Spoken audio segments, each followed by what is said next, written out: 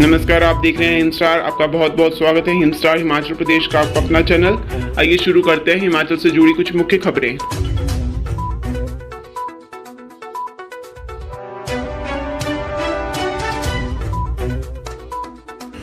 लोकतंत्र केवल चुनाव तंत्र बनकर रह गया, शांता कुमार ने बुनियादी समस्याओं के समाधान के लिए दिया यह सुझाव। हिमाचल प्रदेश के पूर्व मुख्यमंत्री एवं पूर्व केंद्रीय मंत्री शांता कुमार ने कहा कि भारत में कुल छोटे बड़े 34 प्रदेश है। हर साल एक या कुछ प्रदेशों में चुनाव होते हैं। इसके लिए पूरे देश की सभी पार्टियां, सभी नेता पूरी तरह से उलझ जाते हैं। पार्टी के देश भर के नेता उन प्रदेशों में पूरा समय लगा देते हैं।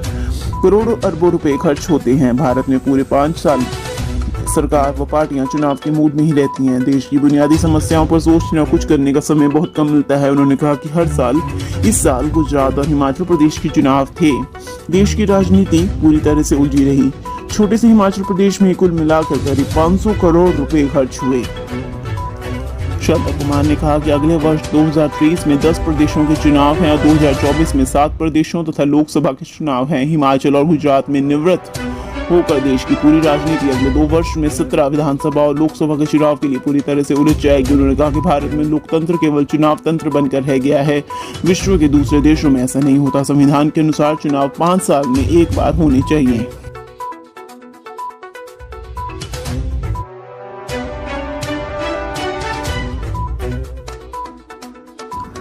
हार को देख बौखलाहट में अरुण मेहरा कर रहे अनाप शनाप बयानबाजी। मान सिंह चौधरी। नगरोटा बगमा ब्लॉक कांग्रेस कमेटी के अध्यक्ष मान सिंह चौधरी ने पत्रकारों के साथ बातचीत में कहा कि किसी भी राजनीतिक दल का प्रत्याशी कार्यकर्ताओं की मेहनत के बलबूते विजय परचम लहराने में कामयाब होता है। कार्यकर्ता संगठन की रीढ़ की हड्डी होती है। भाजपा प्रत्याशी अरुण मेहरा द्वारा कांग्रेस के कार्यकर्ताओं को गुंडों की संज्ञा देकर घोर अपमान किया गया। कार्यकर्ता सिर्फ कार्यकर्ता ही होता है, चाहे वो किसी भी राजनीतिक विचारधारा से जुड़ा हो, इसलिए उसका मान सम्मान किया जाना चाहिए। कांग्रेस पार्टी के कार्यकर्ताओं के प्रति इस प्रकार की भाषा का प्रयोग कर अरुण मेहरा ने उनके पिता का भी अपमान किया है, जिसके लिए सार्वजनिक तौर पर माफी मांगनी होगी। कांग्रेस पार्टी भाजपा के कार्यकर्ताओं का भी पूरी तरह मान सम्मान करती है। कार्यकर्ता राजनीतिक दल से जुड़े अपने प्रत्याशी की जीत को सुनिश्चित करने के लिए दिन रात एक करते हैं। अरुण मेहरा विधानसभा चुनावों में मिल रही हार को सामने देख हताश एवं निराशाजनक बयानबाजी करने पर उतर आए हैं। पूर्व मंत्री जीएस पाली के प्रति जिस प्रकार से निम्न भाषा का प्रयोग किया गया है वह उनकी मानसिकता को दर्शाता है। अरुण मेहरा द्वारा यह पूछना कि पूर्व मंत्री जीएस पाली के पास बिजली का बिल जमा करवाने के लिए पैसे नहीं हुआ करते थे, यह उनके राजनीतिक नजरिए को दर्शाता है।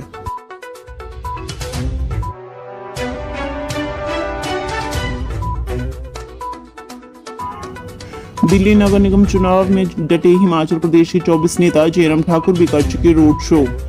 हिमाचल प्रदेश में विधानसभा चुनाव की थकान मिटाने के बाद राज्य के कई भाजपा नेता दिल्ली में नगर निगम चुनाव के लिए प्रचार कर रहे हैं। कुछ दिन पहले मुख्यमंत्री जयराम ठाकुर रोड शो करने के लिए गए थे। इसके बाद लगातार प्रदेश के 24 से अधिक नेता दिल्ली में जुटे हुए हैं। बिलासपुर सदर से भाजपा प्रत्याशी त्रिलोक जम्वाल दिल्ली में नगर निगम चुनाव के संयोजक बने हुए हैं। भाजपा हाईकमान के अधिकतर नेता गुजरात चुनाव में व्यस्त हैं, इसलिए राज्यों के नेता उनको दिल्ली नगर निगम चुनाव का दायित्व सौंपा गया है। प्रदेश से संजीव कटवाल को सह संयोजक बनाया गया है। संयोजक व सह संयोजक के साथ पूरी टीम दिल्ली में डटी है। दिल्ली में आम आदमी पार्टी की सरकार है। भाजपा नगर निगम पर काबिज है, इसलिए भाजपा प्रयास कर रही है कि उनकी सत्ता नगर निगम में बनी रहे। महानगर के विकास को एक नई दिशा देने में भाजपा आगे भी काम करती रहे, इसलिए नेताओं की बदल कर सभी वार्डों में ड्यूटी लगाई जा रही है। सभी को एक लक्ष्य दिया जा रहा है। हिमाचल के नेताओं को 25 वार्ड में काम करने का जिम्मा सौंपा है। विधानसभा उपाध्यक्ष हंसराज सहित विक्रम जरयाल, कौल नेगी, डॉक्टर जनकराज भी दिल्ली में डटे हैं।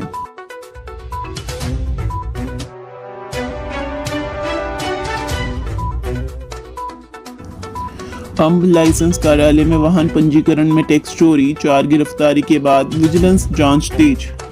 जिला ऊना के तहत एसडीएम कार्यालय में पुराने वाहनों के पंजीकरण में अनियमितताओं को लेकर विजिलेंस ने 4 लोगों के खिलाफ विभिन्न धाराओं के तहत केस दर्ज कर दिया है। जानकारी के अनुसार विजिलेंस को अजय कुमार शर्मा पुत्र अमरजीत निवासी ग्राम कुटौहड़ खुर्द ने शिकायत दी थी। इसमें जिला ऊना से क्षेत्रीय लाइसेंस कार्यालय अंब के कर्मचारियों के खिलाफ पुराने वाहनों के पंजीकरण को लेकर विभिन्न आरोप लगाए गए थे। जिसमें शिकायतकर्ता द्वारा उक्त कर्मचारियों पर उच्च अधिकारियों व अन्य लोगों की मिली भगत से पुराने व्यावसायिक वाहनों के पंजीकरण तथा लाइसेंस के मेडिकल सर्टिफिकेट में फर्जी दस्तावेज लगाकर राज्य सरकार को राजस्व का नुकसान पहुंचाने के आरोप लगाए थे। जांच में सामने आया है कि वाहन के पंजीकरण में टैक्स चोरी की गई है।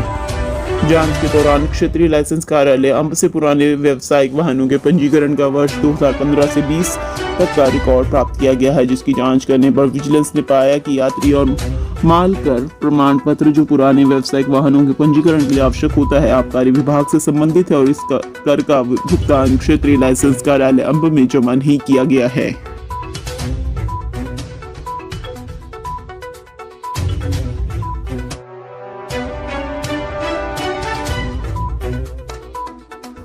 दलाई लामा बोले, ग्रंथों से अध्ययन एवं ध्यान करने से कम होता है मोह, आगे बढ़ने में बाधा बनती हैं ये दो बातें। दलाई लामा ने दक्षिण कोरिया से आए अनुयायियों के लिए प्रवचन दिया। दलाई लामा ने कहा कि इस दुनिया में दूसरे बुद्ध के रूप में आचार्य नागार्जुन को माना जाता है और उन्होंने बुद्ध के शासन और दर्शन की बहुत अच्छी व्याख्या की है, इसलिए उनका स्थान महत्वपूर्ण है। दलाई लामा ने कहा कि मोह को कम करना है तो ग्रंथों का ध्यान करना चाहिए। जैसे जैसे आप ग्रंथ का अभ्यास करेंगे वैसे वैसे अपने मन में क्लेश खत्म होते जाएंगे। इससे भी ज्यादा खुद को मैं का भाव न आने दें। मैं कोरिया से, मैं तिब्बत से हूँ, यह किसी की पहचान नहीं है। ऐसे हम सच्चाई को प्राप्त नहीं कर सकते हैं। मेरी तरह सभी ध्यान लगाया करें और अपने मन की आशक्ति को बाहर निकालें। मैं का भाव और मोह हमेशा आगे बढ़ने में बाधा बनता है।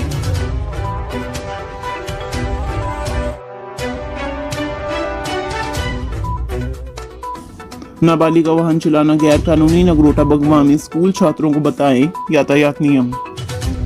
पुलिस थाना में कार्यरत एएसआई नरेश ठाकुर ने उपस्थित छात्र छात्राओं को यातायात नियमों संबंधी जानकारी दी। मोटर व्हीकल एक्ट के अंतर्गत 18 साल से कम आयु के बच्चों द्वारा कोई भी वाहन को चलाना गैर कानूनी है। वाहन चलाने के लिए लाइसेंस अति आवश्यक है। लाइसेंस के बिना वाहन चलाने पर केवल मात्र चालान करना ही एकमात्र हल नहीं है, बल्कि वाहन को कब्जे में लेकर संबंधित किशोर के माता पिता को भी तलब किया जाता है। दो पहिया वाहन चलाते समय हमेशा हेलमेट का उपयोग करें। टीनएजर तेज रफ्तार में चलते हुए हवा से बातें करने में शांत समझते हैं, लेकिन ऐसी स्थिति में उनकी जान जोखिम में डाल राहगीरों के लिए भी परेशानी का सबब बनती है। सड़कों पर वाहनों का दबाव बढ़ता जा रहा है, इसलिए यातायात नियमों की पालना करना अति आवश्यक है।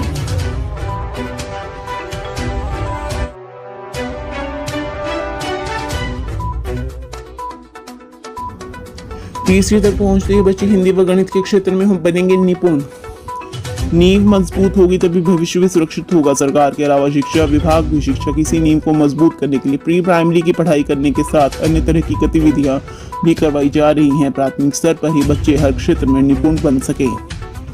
इसी उद्देश्य से विभाग की ओर से बुनियादी साक्षरता एवं संख्या ज्ञान पर आधारित कार्यशाला का आयोजन किया जा रहा है। राज्य के बाद जिला व खंड स्तर पर इस कार्यशाला का आयोजन किया जाएगा। समग्र शिक्षा द्वारा इस अभियान को सफल बनाने के लिए रणनीति भी तैयार कर ली गई है। पहले राज्य स्तर पर मास्टर प्रशिक्षक तैयार किए जाएंगे, जो जिला स्तर पर हर शिक्षा खंड के चयनित शिक्षकों को प्रशिक्षण देंगे। उसके बाद खंड स्तर पर प्रशिक्षित शिक्षक अपने खंड के सभी अध्यापकों को खंड स्तर पर यह प्रशिक्षण देंगे। शिमला स्थित राज्य परियोजना अधिकारी कार्यालय में बुनियादी साक्षरता एवं संख्या के ज्ञान पर आधारित 5 दिवसीय राज्य स्तरीय कार्यशाला में जिला में 5 अध्यापकों उत्तम सिंह, महाराज सिंह, सुरेंद्र शर्मा, राजेंद्र कुमार व राष्ट्रीय शिक्षक पुरस्कार विजेता शिक्षक युद्धवीर टंडन ने जिला का प्रतिनिधित्व किया। राज्य स्तर पर आयोजित कार्यशाला में प्रशिक्षण प्राप्त करने वाले शिक्षक खंड स्तर पर शिक्षकों को प्रशिक्षण देंगे। प्रशिक्षण में निपुण मेला, कहानी, कविता, बातचीत, ध्वनि, अक्षर, शब्द, वाक्य, खेल, गिनती, खेलों, ORF संपर्क किट, निपुण TLM, कार्य पुस्तिकाओं व अन्य माध्यमों से बच्चों को सिखाने का प्रशिक्षण दिया जाएगा।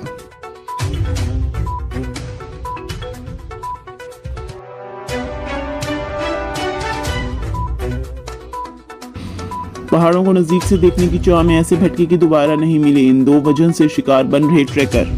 हिमाचल प्रदेश के पहाड़ दूर से जितने खूबसूरत दिखते हैं, नजदीक से उतने ही खतरनाक है। पहाड़ को नजदीक से देखने की चाह में अक्सर देशी विदेशी पर्यटक व ट्रैकर हादसे का शिकार हो रहे हैं। जो ट्रैकर अनुभवी गाइड व पंजीकृत ट्रैवल एजेंसी के माध्यम से पुलिस को बताकर ट्रैकिंग पर जाते हैं, उनके साथ दुर्घटनाएं बहुत कम होती हैं।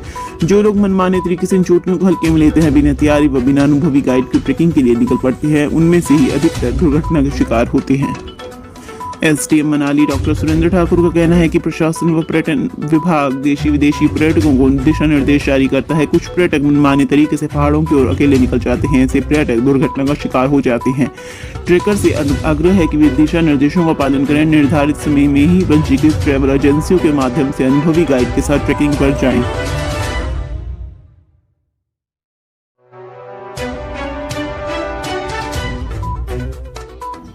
कोकसर व गुलाबा में लगा पर्यटकों का मेला। वीकेंड के चलते कुल्लू मनाली में बड़ी पर्यटकों की आमद। लाहौल के पर्यटन स्थल कोकसर व मनाली के पर्यटन स्थल गुलाबा में पर्यटकों का मेला लग गया है। प्रतिदिन पर्यटन स्थलों में पहुंचने वाले पर्यटन वाहनों की संख्या 1,500 के पार हो रही है। बर्फ के दीदार के लिए पर्यटक कोकसर व मनाली के गुलाबा में पहुंच रहे हैं। वीकेंड में पर्यटकों की आमद बढ़ी है। हर रोज 500 से अधिक पर्यटन वाहन मनाली आ रहे हैं। शनिवार को कोकसर में हजारों पर्यटकों ने बर्फ के दीदार किए। पर्यटन स्थल कोठी के पर्यटन कारोबारी हिमराज व रमेश ने बताया कि पर्यटक गुलाबा में बर्फ का आनंद ले रहे हैं। कारोबार धीमा है लेकिन जल्द बेहतर होने की उम्मीद है। कोकसर के पर्यटन कारोबारी टशीवत संजू ने बताया कि पिछले कुछ दिनों से कोकसर में पर्यटकों की आमद बढ़ी है। शनिवार को 1000 से अधिक पर्यटक वाहन कोकसर पहुंचे। पर्यटकों के दीदार कर शिशु पर्यटन स्थल के भी दीदार कर रहे हैं। होटल एसोसिएशन के अध्यक्ष मुकेश ठाकुर ने कहा कि मनाली आने वाले पर्यटकों को बेहतर सुविधाएं देने के प्रयास किए जा रहे हैं।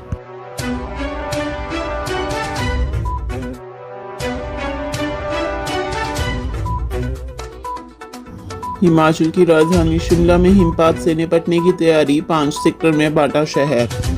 हिमाचल प्रदेश में बर्फबारी का मौसम आ गया है। दिसंबर में भारी हिमपात होता है। प्रदेश की राजधानी शिमला में हिमपात से निपटने के लिए प्रशासन ने तैयारियां शुरू कर दी हैं।